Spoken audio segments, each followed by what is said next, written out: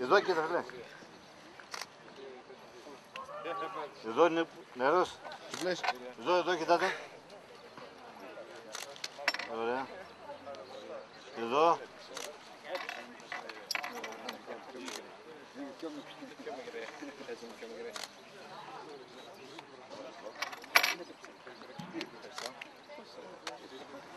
Εδώ. Εδώ. Εδώ να κοιτάτε και τη φωτογραφία. Εδώ κοιτάτε λίγο ρε.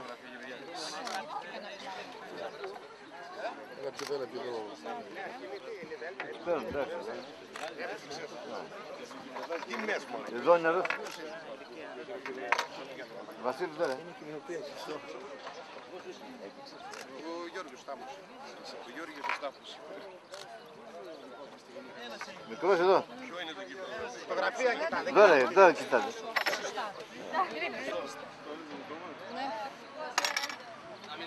Ελάτε κι εσείς. Ελάτε κι εσείς. Τι καθίσατε? Μπράβο. Έλα, το σηκώσουμε.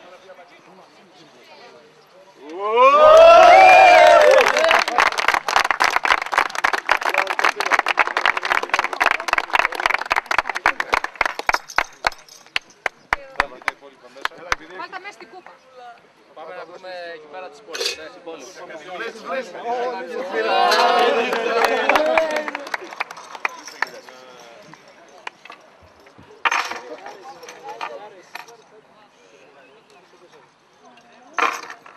Ήταν επιστέγασμα μιας δύσκολης χρονιάς.